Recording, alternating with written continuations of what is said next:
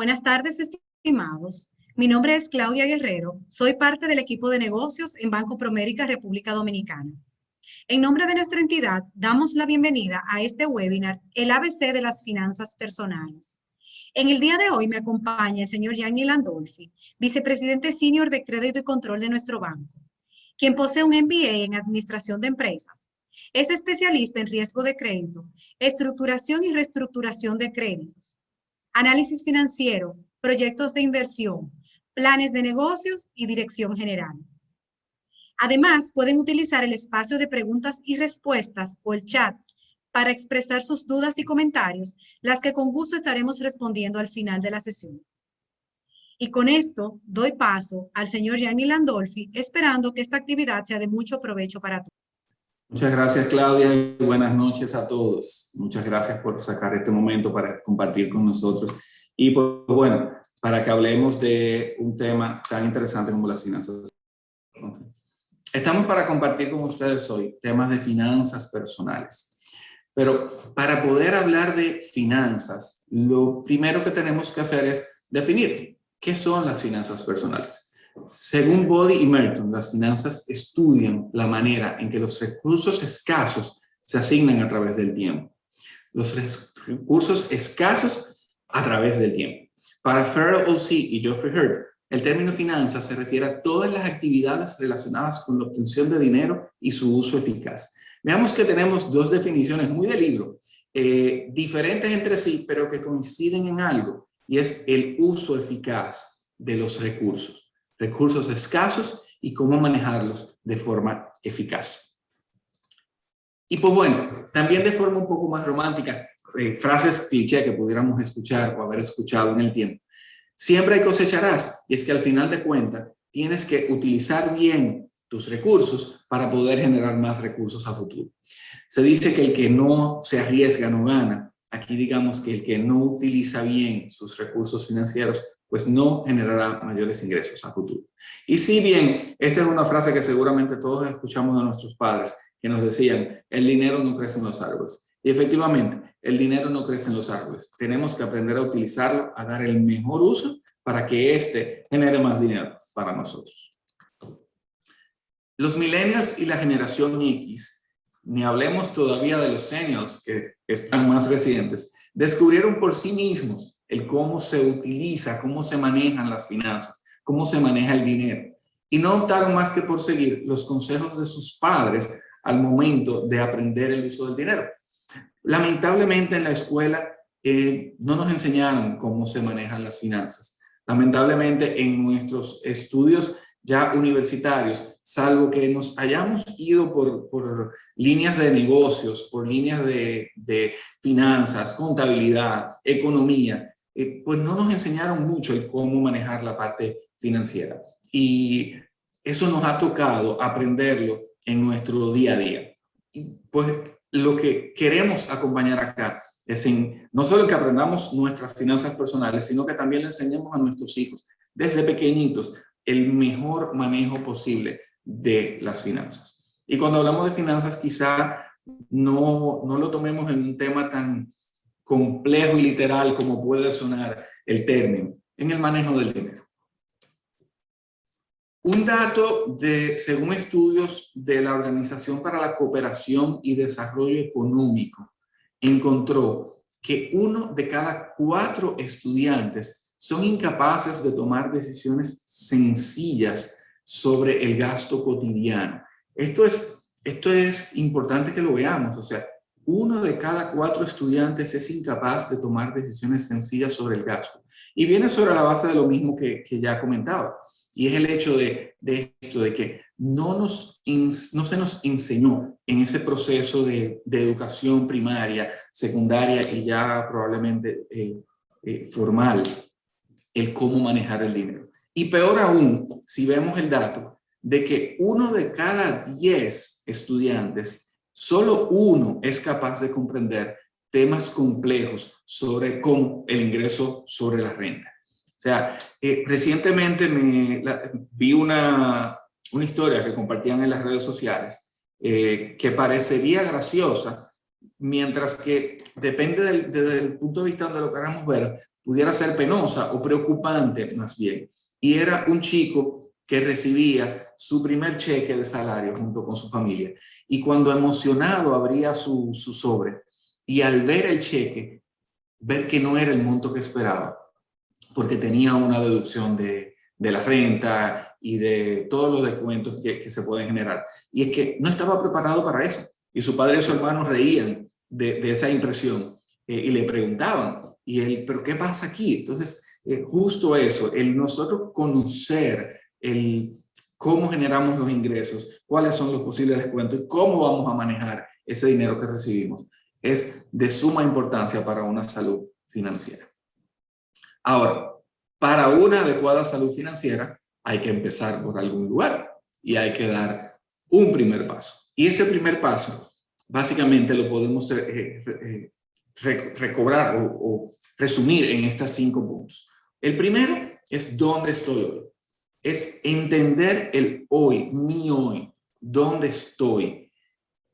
¿Dónde estoy desde un punto de vista financiero y de hacia dónde quiero ir? ¿Qué tengo? ¿Qué tengo al día de hoy?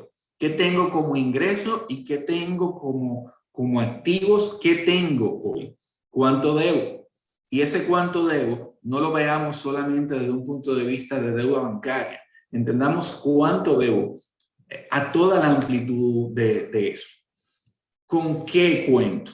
¿Con qué yo cuento para manejarme? ¿Con qué yo cuento como ingreso actual y como ingreso futuro? ¿Y hacia dónde se va mi dinero? ¿Cómo estoy gastando o consumiendo mi dinero? Importante entonces ya entrar en un poco de definiciones que pudieran parecer complejas. Y si vuelvo atrás a ese 1 de cada 10 estudiantes, y es comenzar a dar definiciones financieras contables que terminan en decisiones financieras. Vamos a definir lo que son los activos. De la manera más simple posible, los activos son ese conjunto de bienes y derechos que tengo. Y cuando yo hablo de bienes y derechos, es porque yo puedo tener derechos que me generan ingresos. Por ejemplo, una marca, por ejemplo, un nombre que me puede generar ingresos. No solo son bienes tangibles. Y podemos ver como activos, a ver, mis cuentas de ahorro, el efectivo, los cheques y otros similares que son líquidos. O sea, y cuando hablamos de líquidos, es que son de fácil acceso, que yo los tengo como efectivo, básicamente. También tenemos las cuentas de inversión, que pueden ser los ahorros que yo tengo en fondos de pensiones, aunque para mí no estén al alcance inmediato. Sí es un activo que yo tengo, es un dinero con el que yo contaré en un futuro. Los certificados de depósito, acá en el argot bancario, CDs, las acciones que yo puedo tener en empresas, las acciones que yo puedo tener como inversión en bolsa, cualquier tipo de inversión de este tipo que me vaya a generar ingresos inmediatos o futuros. También los activos son las cuentas por cobrar, que puede ser dinero que tengo prestado a amigos, a familiares, o si de alguna forma yo hago algún tipo de negocio por lo que yo tengo un valor pendiente de cobrar de ese servicio o producto que vendí. Esto también es un activo para mí. El más conocido, y comúnmente cuando hablamos de ¿qué activos tú tienes? Bueno, pues casas, apartamentos, terrenos. Ese es el activo que comúnmente le damos más valor. Y eso también es parte, y probablemente el activo más fijo, más estable en su valor y al que románticamente le damos más importancia en nuestro día a día. También activos podemos hablar como automóviles, electrodomésticos, mobiliarios, joyas. O sea, en esencia, todo bien que yo poseo. Pasemos de ahí a los pasivos. Y los pasivos, de forma resumida, no son más que el conjunto de deudas y obligaciones. Y obligaciones es aquellas cosas que yo tengo que pagar. Y en resumen es lo que yo debo. Podemos considerar dentro de los pasivos las deudas de corto plazo, como son las tarjetas de crédito, financiamiento de electrodomésticos, financiamientos de vacaciones, financiamientos de cualquier tipo, ¿no? Pero esos que yo tengo que pagar en el corto plazo, 1 año, 2 años, 3 años. Préstamos que yo tenga de amigos y familiares, sí. En los pasivos cuenta cuando yo le pido dinero a mis padres que me presten, o cuando le pido dinero a mis hermanos, cuando le pido dinero a mi mejor amigo. Eso es un pasivo porque al final es un compromiso que me toca honrar. Y también las deudas de informales o prestamistas. Esta, probablemente la deuda a evitar a lo máximo, siendo esto el tipo de deuda más onerosa, de mayor costo y la que más erosionará nuestros ingresos.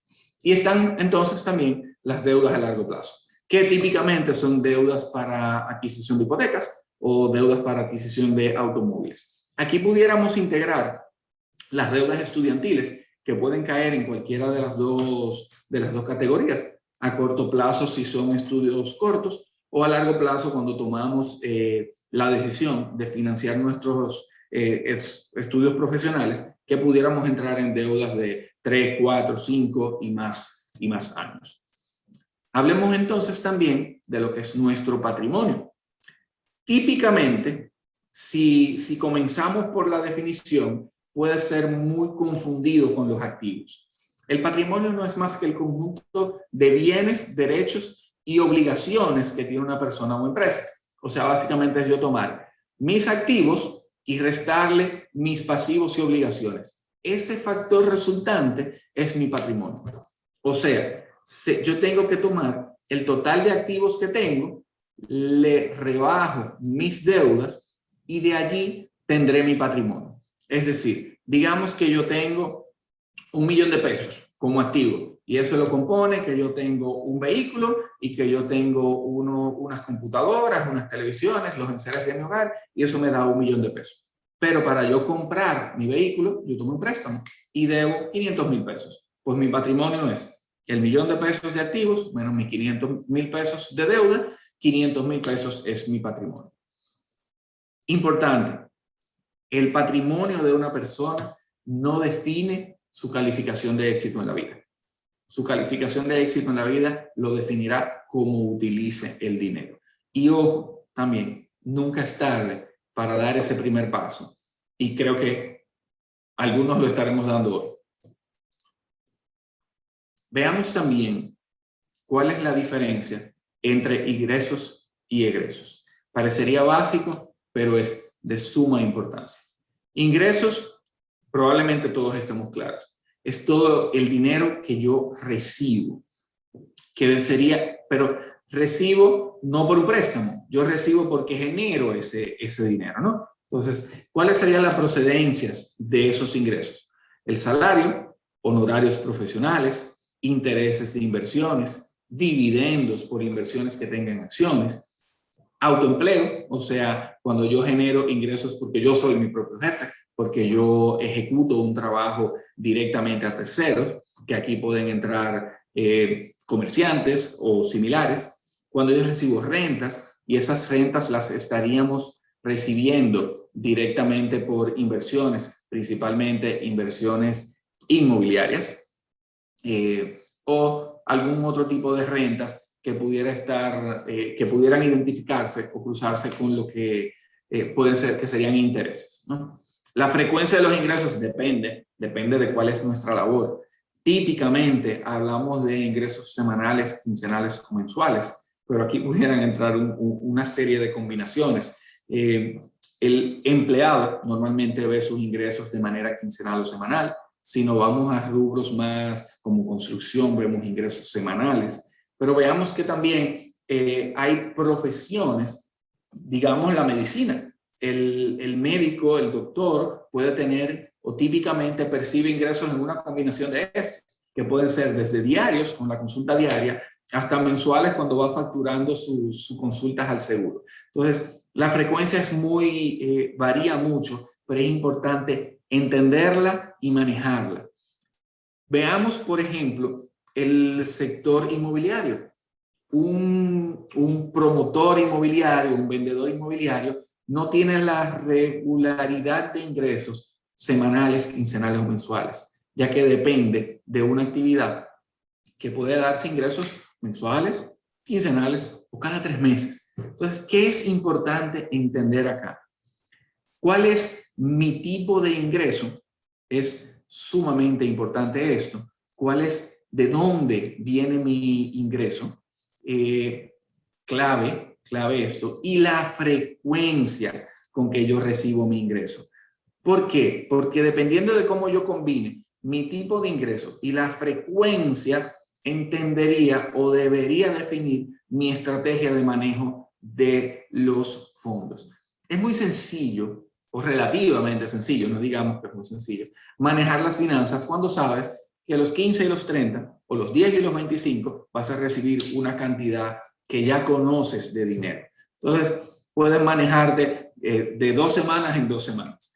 Cuando tus ingresos son, pues, aleatorios y que puedes tener ingresos trimestrales, no fijos, pues ahí se hace un poco más complejo el cómo voy a manejar mis finanzas. Partiendo de esto, hablemos también o veamos la contraparte de mi ingreso y son mis gastos. Entonces, en gastos, aquí tenemos una lista o presentamos una lista de los típicos gastos, pero los gastos, pues la verdad es que lamentablemente se multiplican mucho más rápido que los ingresos. Y entre los gastos típicos podemos hablar de supermercados, comestibles, combustibles, electricidad, agua, alquileres. Pues bueno, aquí tenemos una lista bastante amplia de los posibles gastos. ¿Y qué es importante de hacer esta lista? Comúnmente, cuando en bancos estamos evaluando pues solicitudes de crédito de consumo, toca confeccionar un estadito en la solicitud de crédito y vemos cuáles son mis gastos y normalmente ponemos 4 o 5 gastos, pero si nosotros hacemos un presupuesto consciente y que es parte de las tareas que le invitamos a ejecutar en esta sesión, pues nos toca revisar esto. ¿Cuáles son todos los gastos que nosotros ejecutamos? Y si nosotros comenzamos a listar día a día qué gastos van sacando o consumiendo mi dinero, pues probablemente esta lista pudiera estar quedando corta. Y algunas cosas como donaciones, nosotros pensaremos donaciones, pero probablemente yo no estoy en un momento que hago donaciones. Comúnmente hacemos donaciones y ni nos damos cuenta y ni nos estamos dando cuenta. Cada vez que hacemos un regalo, que hacemos un aporte a un tercero sin ningún tipo de interés. Suscripciones. ¿Cuántas suscripciones tenemos? Y más en el mundo de hoy, que tenemos Netflix, Spotify, Disney Plus, HBO, y así siguen surgiendo nuevas. Cuando sumamos eso de dolaritos en dolaritos, pues, ¿cuánto tenemos en suscripciones? ¿Cuánto pagamos en intereses? ¿Cuánto gastamos en joyas? ¿Cuánto gastamos en salidas o fiestas? Este es importante que lo tengamos. Entonces, entendamos que los egresos y los gastos se multiplican. Y se multiplican de verdad que a una velocidad mucho más rápida que la que logramos normalmente generar ingresos o multiplicar nuestros ingresos. Esta lista, de nuevo, amplia, pudiera estarse quedando corta en cuáles son los gastos cotidianos que tenemos como personas.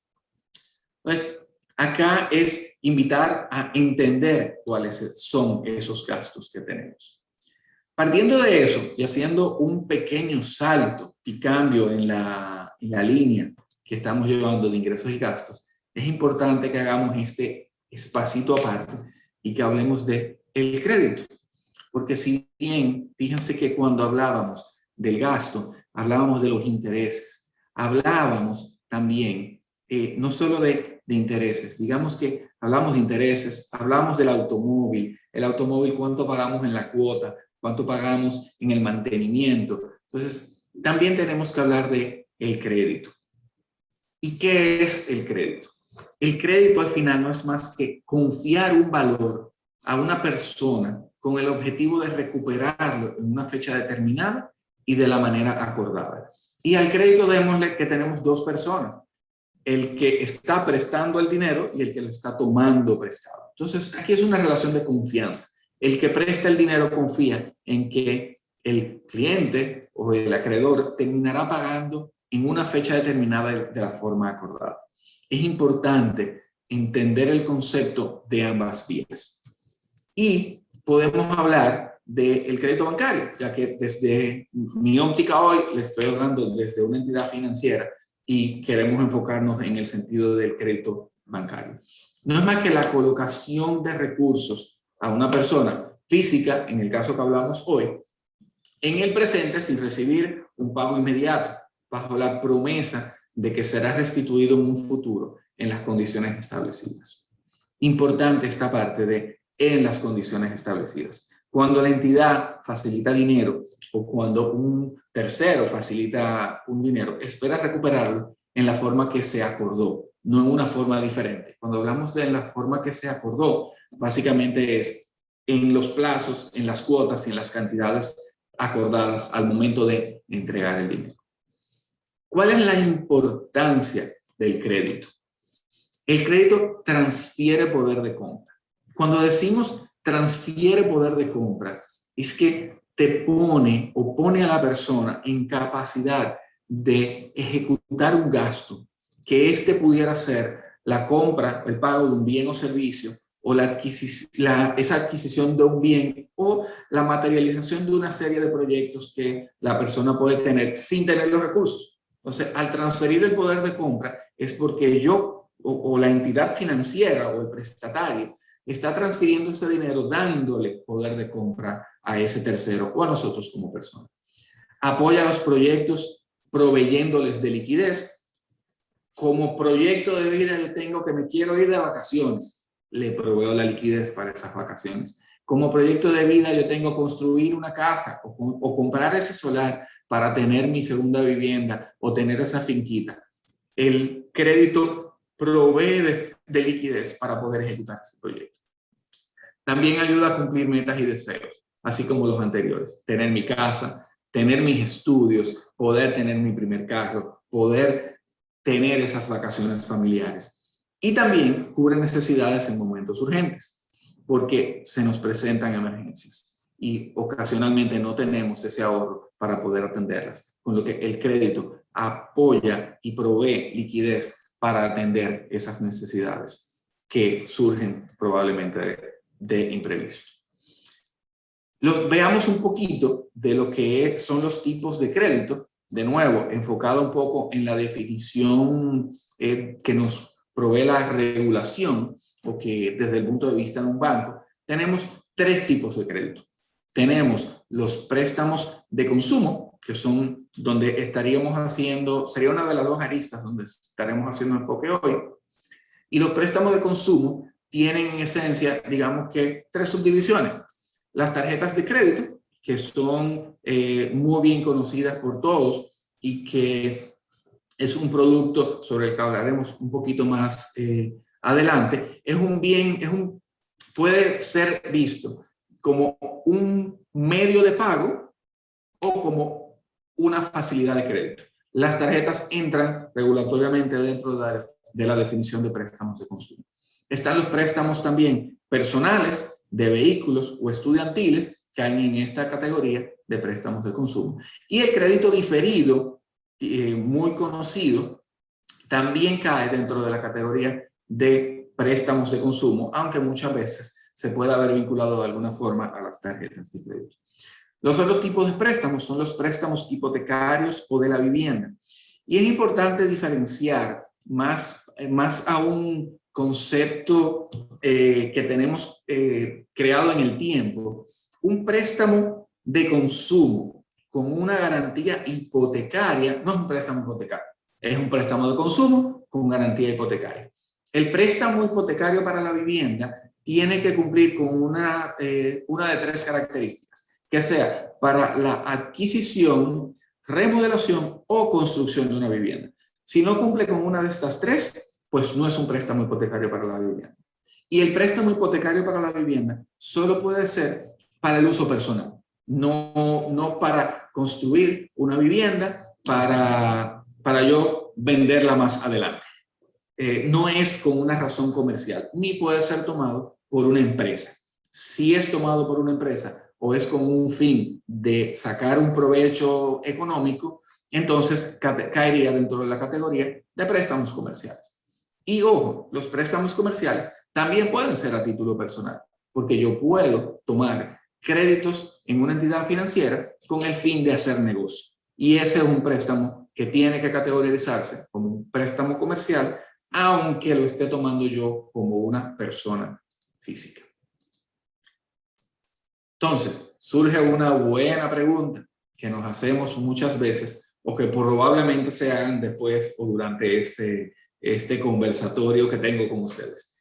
¿Qué es mejor? ¿La tarjeta de crédito o los préstamos personales? Pues yo le voy a decir, yo voy a utilizar una frase, una de mis frases favoritas, y es depende. Depende cuál es el uso que vayas a dar y por qué tiempo necesitas ese dinero. La tarjeta de crédito, para mí, es el mejor producto financiero que se ha creado a los fines del usuario final. ¿Por qué? La tarjeta de crédito, si es utilizada como un medio de pago y si conoces el uso de la tarjeta de crédito, te otorga desde la fecha que tú la utilizas, si la tomas en tu primer día de corte, tienes hasta 30 días para el próximo corte y 22 días adicionales para pagar sin la generación de intereses. Entonces, si tienes una compra y tienes los recursos para pagar ese consumo, llegada a tu fecha de pago, es el mejor producto de todos. Ahora bien, si tienes que exceder ese periodo, pues entonces se convierte en el producto financiero de mayor costo de interés, por lo que no es un producto recomendado para el financiamiento. ¿Ok? Entonces, esa digamos que es el primer punto de partida o el punto de partida cuando vayamos a hablar de la tarjeta como medio. Es el mejor producto si lo utilizas dentro de los plazos que te otorga. Además de que tiene beneficios como millas, puntos, promociones, es aceptado globalmente, puedes comprar por internet, puedes viajar y podrá ser utilizado para el pago de bienes y servicios. Y es de muy fácil acceso y muy rápido acceso. Además de que ya al momento de que se te otorga, lo tienes en la mano en todo momento. Comparemos entonces con los préstamos personales. Si lo vemos a nivel de tasa, pues definitivamente el préstamo personal tiene una tasa moderada, pero su uso es más de mediano plazo. La tarjeta de crédito es para uso de corto plazo. Es un producto de un solo desembolso, lo cual tiene sus ventajas y sus desventajas. Si quieres hacer un nuevo gasto, pues tendrías que gestionar un nuevo crédito. Sin embargo, para los fines de control, también es sano, porque solo le diste un uso. No estás revolviendo, no estás reutilizando permanentemente. Beneficios, control financiero, justamente como les decía. Tomaste el crédito, te endeudaste una vez y no estás endeudándote cada mes o cada 2 meses. Y tiene un acceso moderado. Esto, en comparación con la tarjeta de crédito, pues, bueno, la tarjeta de crédito es de un acceso mucho más fácil, mucho más ágil.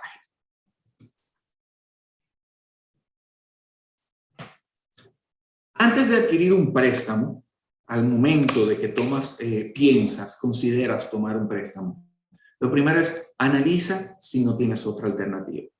Considera si no estás en la capacidad de generar un ahorro para cubrir esa inversión o ese gasto. Analiza si no tienes otra alternativa. Consulta a tu banquero. Y cuando digo consulta a tu banquero, es que antes se decía, toda familia tiene que tener como amigo un abogado, un médico y un cura. Pues bueno, debemos agregar así, debemos tener un financiero o un banquero. Y consulta a tu banquero para que entiendas cuáles son las implicaciones de este tipo de préstamo. Pondera cuánto afecta tu capacidad de pago, tu ingreso y tu libertad económica. Es fácil enamorarse de la idea al momento de solicitar un préstamo y probablemente 6 meses más tarde estar pensando, wow, esta cuota me tiene ahogado. Entonces, pensémoslo fríamente. Otro consejo al momento de adquirir un préstamo es leer el contrato. Al momento de que nos estemos sentando, estamos de nuevo enamorados de la idea del bien o el servicio que estamos adquiriendo y firmamos rapidito el contrato o el pagaré. Leamos el contrato, leamos la propuesta, entendamos nuestra tabla de pago y como usuarios, estimados, como usuarios, tenemos el derecho y es deber nuestro de las entidades financieras a explicar toda consulta que tengan nuestros clientes. O sea que no nos limitemos a hacer consultas, no se limiten a leer el contrato, a tomarse su tiempo, no se sientan presionados porque hay un cliente detrás, no se sientan presionados por el tiempo. Léanlo y pregunten, aclaren todas sus dudas al momento de tomar un producto financiero. Pasemos entonces del crédito al ahorro.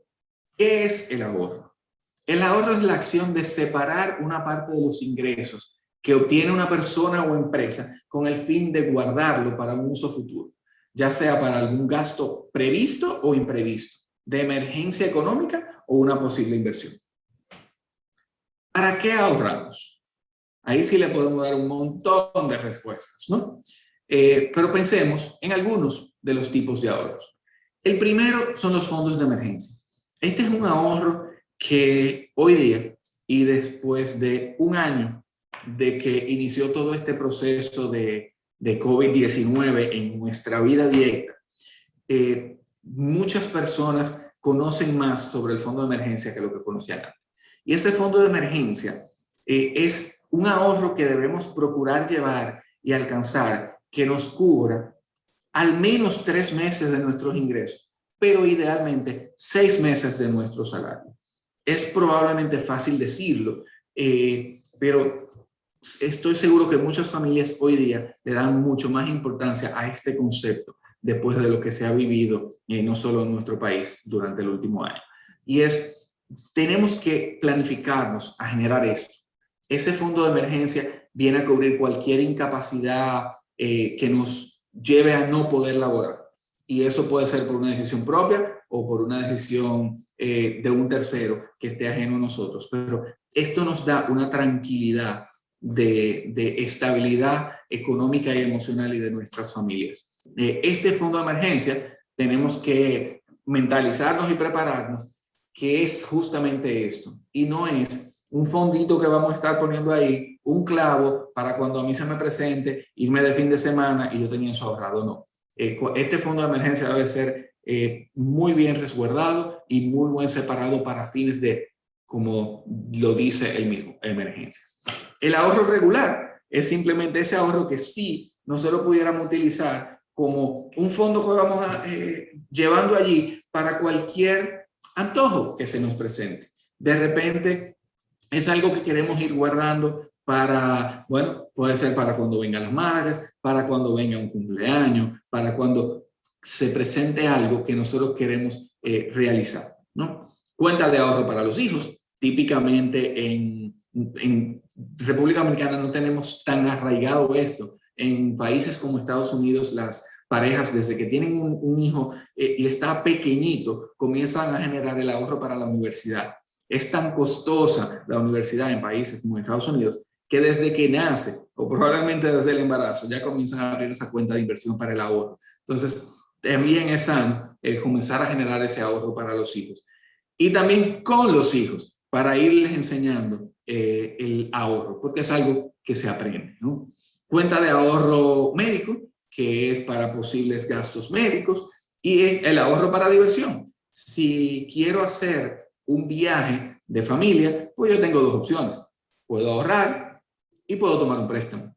O también puedo hacer la combinación de las 2 cosas. Pero el ahorro para diversión también es un destino. Así podemos tener múltiples fines de ahorro. Y un consejo para ahorrar puede ser abrir N cantidad de cuentas como ahorros yo quiera realizar. Si quiero hacer un ahorro de vacaciones, puedo tener una cuenta a la que yo le nombre vacaciones. Ya, si entran en nuestra banca en línea, tú puedes renombrar tu cuenta. Y a tu cuenta tú le puedes poner ahorro personal. Tú puedes poner ahorro para el vehículo, ahorro para el fondo de emergencias. Entonces, separa tus cuentas. Ten tu cuenta de manejo de tu nómina o de tus gastos regulares.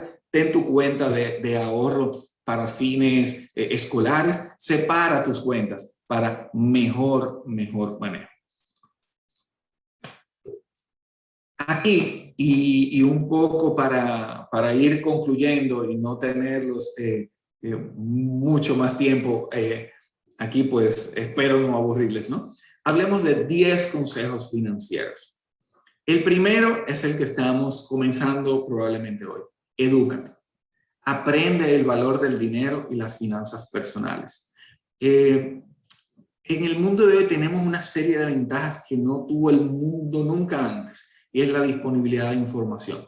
Con nosotros tomar nuestro celular en mano, tenemos un mundo de información y podemos buscar y aprender. Edúcate y aprende el valor del dinero y cómo manejarlo. Conoce ese primer paso para la independencia financiera y para el manejo de las finanzas. Conoce cuánto recibes y cuánto gastas. Uno de los primeros consejos que se da para conocer cuánto gastas principalmente, normalmente en la mayoría de los casos sabemos cuánto se recibe, es registra, toma una libretita y anota diariamente lo que gastas. Y si no tienes una libretita, usa tu celular. Y si no quieres escribirlo, dile a Google que tome y anote por ti, que él seguro que hará una lista y tú le puedes decir que vaya anotando tus gastos. Y lo más sano sería que realices la razón del gasto con el monto que gastaste, pero un buen paso es comenzar a decir, por lo menos anotar en qué gastas. Y eso va dando una idea de por dónde van los temas. Cuando ya conozcas cuánto recibes y cuánto gastas, haz un presupuesto. Lista cuáles son los ingresos que recibes en un mes o que pudieras ir recibiendo. Cuando tus ingresos no son estables, es todavía más crítico que tú hagas cuánto vas recibiendo históricamente y cuánto proyectas o planificas recibir para poder manejar un presupuesto correcto. En el punto 2, para no quedarme con eso, aquellos que no tenemos ingresos estables como un salario, sino que podemos tener ingresos variables por ser comisionistas o por ser comerciantes, es importante que separemos el ingreso neto, incluso como asalariados. Separemos lo que es mi ingreso neto de mi ingreso bruto. Si una persona que recibe de salario 100,000 pesos al mes, ese es su ingreso bruto. Tenemos que deducir de esto todo lo que tenga que ver con seguros, impuestos y cualquier otro tipo de deducción que podamos tener para entender cuál es mi ingreso neto. El bruto, a los fines de yo hacer mi presupuesto, no me sirve de mucho. Yo tengo que partir de lo que netamente yo recibo, ¿no? Luego de hacer mi presupuesto, crea tu ahorro de emergencia. Ahorra y aprovecha los recursos. Y ese ahorro de emergencia no sería realista esperar que hoy, cuando terminemos esta sesión, ustedes digan, bueno, pues yo voy a ahorrar 3 meses de mi cuenta. Ya, no lo vas a hacer de inmediato. Tienes que tomar la decisión de cómo lo vas a alcanzar. Y tenemos que partir de pasos realistas. No pensemos que vamos a salir de una charla y que vamos a aprender a ahorrar. Comencemos con una dinámica y comencemos a ahorrar de poco en poco. Lo primero es crear el hábito del ahorro para después, entonces, sí sacar provecho a esto. Como quinto, define el objetivo de ahorro de mediano y largo plazo. Comienza por ese fondo de emergencia. ¿En qué tiempo yo quiero tener un salario ahorrado? ¿En qué tiempo yo proyecto tener 3 salarios ahorrados? De fondo de emergencia, que yo no lo voy a tocar por nada que no sea que yo pierda mis ingresos. Y asimismo, defínete esos ahorros de mediano y largo plazo. ¿Quieres comprarte una casa? Y esa casa implica que tienes que tener el 20% inicial. Define en qué tiempo quieres alcanzarlo. Sexto, y este es un consejo romántico que podemos oír muchas veces, y es: págate primero a ti. ¿Por qué es importante esto? Si el ahorro lo comienzas a realizar desde lo que a mí me quede, yo lo ahorro, pues al final no vas a lograr el objetivo. Todo tiene que empezar porque al momento de que tú recibas el dinero, lo primero que tú saques sea el ahorro. Porque, señores, ¿qué es lo que más rápido se multiplica? El gasto. ¿En qué gastar el dinero? Siempre aparecerá. Siempre tendremos en qué gastar el dinero hasta cuando no sabíamos que teníamos ese deseo de algo. Entonces, primero págate a ti. Y cuando el primero págate a ti quiere decir, saca primero ese monto del ahorro. Realiza compras bien pensadas e invierte. Y cuando decimos realiza compras bien pensadas, yo me remonto a cuando mi primera hija estaba pequeñita, que ella me decía, papi, yo necesito eso. Y yo le decía, ok, vamos a ver, ¿tú necesitas o tú deseas? Son dos conceptos muy diferentes. Tú necesitas o tú deseas. Cuando tú necesitas algo, tú no tienes opción y tienes que adquirirlo. Cuando tú deseas algo, tú tienes opción de decidir adquirirlo o no. Realiza compras bien pensadas. ¿Lo necesitas o lo deseas? ¿Estás en un punto en el que puedes satisfacerte ese deseo o estás en un punto en que todavía tienes que cubrir lo que necesitas? Entonces, realiza compras bien pensadas e invierte. Invierte puede ser en el ahorro y desde que tú tengas ese ahorro, puedes comenzar, por más pequeño que sea, puedes comenzar a invertir en valores. Puedes irte a invertir en certificados de montos pequeños y estás comenzando a separar esos ahorros. Comienzas a generar unos intereses mayores que solo tenerlo en una cuenta de ahorro. Y más importante aún, lo alejas de poder retirarlo de forma inmediata. Porque dinero en mano vuela. Si lo tienes en un certificado, si lo inviertes en un puesto de bolsa, en valores que puedes empezar desde 1,000 pesos, lo alejas de esa cercanía de tu mano para poder consumirlo y gastarlo de forma. Automatiza tus finanzas a través de las aplicaciones móviles o de la banca en línea, donde tú puedes programar sencillamente que quincenal o mensualmente se haga un retiro de tu cuenta y haga una transferencia, que esa transferencia puede ir a una cuenta destinada para el ahorro. Y así no tienes ni siquiera que irte al paso 6 de tú tener que tomar la decisión de pagarte a ti mismo. Un día, siéntate en tu banca en línea, siéntate en tu aplicación móvil y allí programa ese pago a ti de forma automática. Otro consejo es, paga primero tus deudas más costosas. Si tienes algunas deudas, comienza por las de mayor costo y paga de último las de menor costo. Con esto, ojo, no te estoy diciendo que dejes de pagar un préstamo. Quiere decir que al momento que tengas la posibilidad de ir amortizando de forma acelerada, paga primero aquellas de mayor costo. O sea, que si tienes en tus manos 100,000 pesos y tienes una tarjeta de crédito y tienes un préstamo de consumo, paga primero la tarjeta de crédito, que tiene mayor costo. No vayas a amortizarle al préstamo de consumo porque así te quitas la cuota. La tarjeta te va a generar un mayor costo de interés, paga esa primero. ¿Okay? Y por último, revisa y cuida tu historial de crédito. No descuides esto. Hoy día tenemos comercialmente 2 buros de crédito, Data Crédito y TransUnion, valga la cuña. Mantente vigiloso de tu crédito. Entiende lo que es tu atrasarte, el impacto que puede tener esto y cuál es tu nivel de endeudamiento, así como cómo van tus productos. De repente a todos o a cualquiera de nosotros se nos puede olvidar una fecha de pago. A cualquiera de nosotros nos puede pasar una situación, nos emocionamos con un viaje y se nos olvidó que durante el viaje teníamos una cuota. Entonces, conozcamos cómo va nuestro historial de crédito. No descuidemos esto porque este es nuestra mejor carta de presentación ante cualquier oportunidad, necesidad de inversión o interés de inversión que podamos tener. Entonces, cuida tu crédito, mantente pendiente de él y con ello es como tú hacerte un chequeo periódico de tu analítica para saber cómo está tu salud financiera. Con esto culminamos mi exposición. Quedamos para la sesión de preguntas y respuestas. Esperamos contestar la mayor parte de estas y aquellas que no contestemos, quédense atentos a nuestras redes sociales, que el equipo se va quedando con ellas y la iremos contestando oportunamente. Claudia, quedo de ustedes. Gracias, señor Yanni, por su participación y su exposición tan enriquecedora. Empezamos con algunas de las preguntas. Un cliente nos pide orientación. ¿Cómo saber mi capacidad de pago para no dar más? Ok.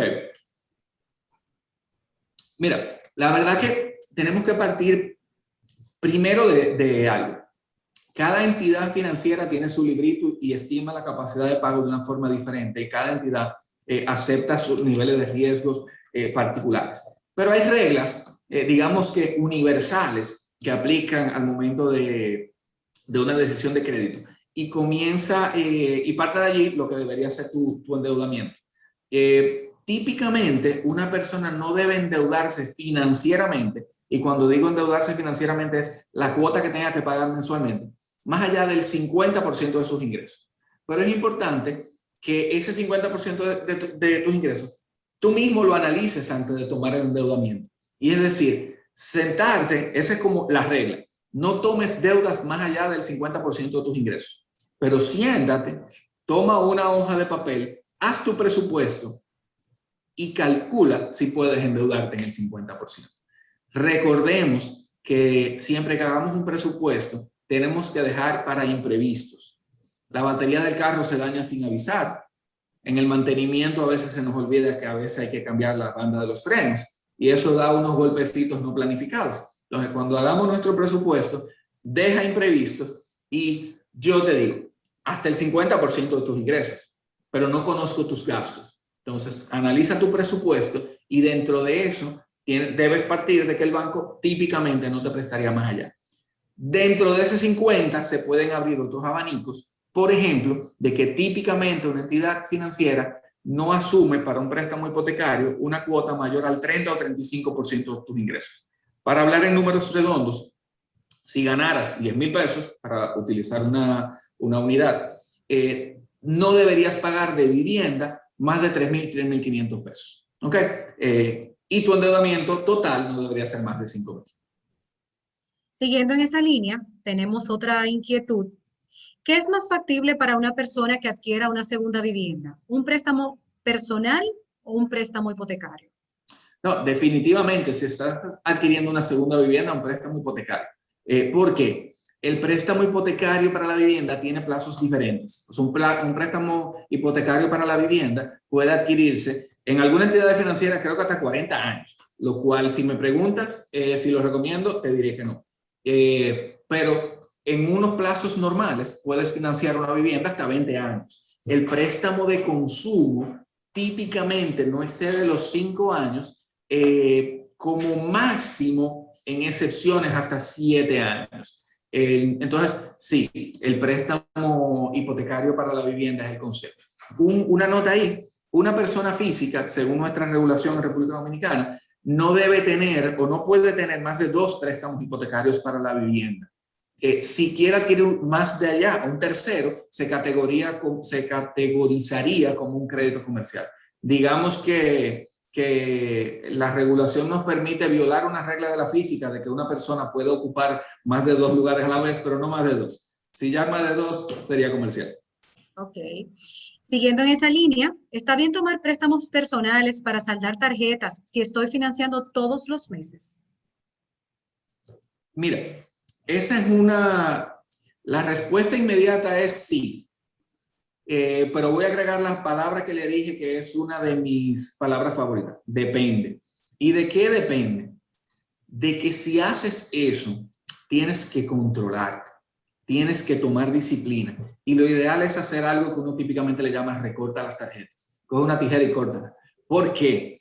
Porque es muy fácil tomar un préstamo de consumo, saldar las tarjetas, acomodarnos de nuevo y en 2 fines de semana salir, ir a una plaza, ver un especial y pasar la tarjeta de nuevo. Y en 6, 8 meses estamos enredados de nuevo. Entonces, es sano tú disminuir y pasar de una deuda de alto costo a una deuda de bajo costo, pero tienes que mentalizarte de administrarte correctamente, porque si no, estás duplicando el tamaño de tu problema. ¿Sí? Ok. En la misma línea de los créditos, si tengo 4 préstamos en 4 instituciones diferentes y estoy al día con los pagos, ¿por qué los bancos se niegan a una unificación de deuda? Mira, aquí hay un tema de riesgos. Ustedes probablemente han escuchado el no pongas todos los huevos en una misma canasta porque está centralizado todos sus riesgos. no es lo mismo para una entidad financiera prestarle a una persona 1 millón de pesos, a una entidad financiera prestarle a una persona 200,000 pesos. Entonces, cuando tienes, digamos eso, 5 préstamos de 200,000 pesos, diría, bueno, ya yo tengo 5 préstamos de 200, subo a 1 millón. Es el mismo riesgo. Pero como entidad, ¿qué yo estaría viendo? Yo tengo la probabilidad de perder 1 millón o yo tengo la probabilidad de perder 200,000. ¿Qué decisión es más fácil para la entidad financiera tomar? Entonces, yo paso de un riesgo. Tú como deudor tienes un riesgo de 1 millón. Yo como entidad financiera tengo un riesgo de 200. Entonces, por eso entra en la ecuación que probablemente la entidad considere o se piense más de una vez el si hago la consolidación de todo el riesgo o solo me quedo con una parte del riesgo. En crédito PYME, que lo voy a mezclar aquí, probablemente abriéndome un mundo de riesgos cuando yo haga este comentario, hay una pregunta que le expongo a los empresarios PYME y es, ¿con cuántos bancos trabajas? Cuando tú eres chiquito, tú trabajas con cuántos bancos puedas. ¿Por qué? Porque es más fácil eso mismo, que muchos bancos te presten un poquito a que un banco te preste mucho. Entonces, es el mismo espíritu detrás. ¿Cuánto es el riesgo que yo estoy dispuesto a asumir? No es lo mismo una quinta parte de la deuda total que la deuda en mismo. Muchas gracias. Otra preguntita. Si hago un avance de efectivo de una tarjeta de crédito, ¿me puede afectar el score? No, esto no lo ve el buró de crédito. El buró de crédito no sabe si estás haciendo avance de efectivo. Esa información no viaja a la definición de tu score. ¿Qué sí tienes que tomar en consideración? El costo. El costo que tiene tú hacer ese avance. Sí puedes aprovechar esas ofertas que hacemos las entidades bancarias de cero costo con avance de efectivo. Y si le sabes sacar provecho al dinero, pues bienvenido seas. No afecta tu historial, solo cuida el monto de gasto que estás asumiendo. Okay. Dando un giro a las inquietudes ahora, vamos un poco en la parte de presupuestos y ahorros. ¿Cómo podría salir recomendaciones para iniciar mi plan de presupuesto? Mira, como les comenté, lo primero es tú aclarar ingresos y gastos. Aclara tus ingresos, que de nuevo va a depender de cuál es tu generación de ingresos. Si tú eres asalariado, muy fácil. Coge cuánto te depositan en la nómina, los 15 y los 30, o los 10 o los 25. Y comienza a listar tus gastos. Una de las mejores formas de comenzar a listar los gastos es coge tu estado de cuenta de tarjeta de 3 meses y comienza a pasar ahí cuánto tú gastas en farmacia, en bebida, en comida, en ropa. Comienza a listar tus gastos. Lista tus gastos básicos. Si eres dueño de hogar, si tienes los gastos de hogar. Y si no, comienza por ahí, por tu tarjeta. Lista todos tus gastos por un periodo de al menos 2 meses o 3 para que puedas entender un poco esa estabilidad o esos montos si varían mucho. Y a partir de ahí, entonces tú comienzas a decir, ok, espera, yo en salidas no puedo gastar más de tanto los fines de semana. Yo en alimentos no puedo gastar más de tanto. En ropa, entonces así vas construyendo tu presupuesto. Plantillas para presupuesto, vuelvo y les digo, hace 20 años no tenías dónde, tenías que buscar a alguien que te ayudara. Hoy día está en nuestra mano. Cogemos nuestro celular y buscamos una plantilla de ahorro y la tenemos así. Y aplicaciones de ahorro seguramente que también. Perfecto. Una próxima inquietud. ¿Porcentaje recomendado para cada tipo de ahorro de acuerdo a su importancia? Mira, yo no te puedo dar una respuesta de que haya una recomendación, porque va a depender de cada persona. Hay quienes dicen ahorra el 10%, hay quienes dicen ahorra el 30%, pero cada persona es una realidad. Digamos que no es lo mismo una persona joven, 20, 22, 24, 25 años, que vive con sus padres, a una persona que tiene los gastos de un hogar. Si me preguntas si son consejos que he dado ocasionalmente a compañeros más jóvenes que tienen un buen nivel de ingreso en su momento sin responsabilidades, ¿qué le digo? Ahorra la inicial de una casa, cómprate un apartamento, no tienes gastos, no gastes todo tu dinero. Entonces va a depender de tu posición. Partir del presupuesto, tu presupuesto base. También importante, cuando hagamos el presupuesto, ¿qué son gastos superfluos? ¿Qué son gastos que yo puedo convertir en ahorro? Entonces, de ese presupuesto va a definir. Si me preguntas, puede ir desde un 50 hasta un 10 o puede ir hasta un 1. Lo importante es comenzar a ahorrar. Y un peso que tú guardes hoy lo puedes necesitar mañana. Señor Yanni, el tiempo va corriendo. Es una pena tener que despedirnos por ahora. Pedirles a nuestros clientes que todas sus inquietudes y cualquier otra que no hayan externado, nos la comenten por favor por nuestras redes. Estén pendientes a las cápsulas de nuestras redes y estaremos respondiendo todas y cada una de ellas. Muchísimas gracias a todos. Muchísimas gracias por su presencia, por su seguimiento, por su atención y esperando de verdad que este tiempecito haya sido de provecho para todos. Muchas gracias, señor Yanni, y muchas gracias a todos nuestros clientes. Gracias a todos. Para mí un placer. Buenas noches. Bye, igual.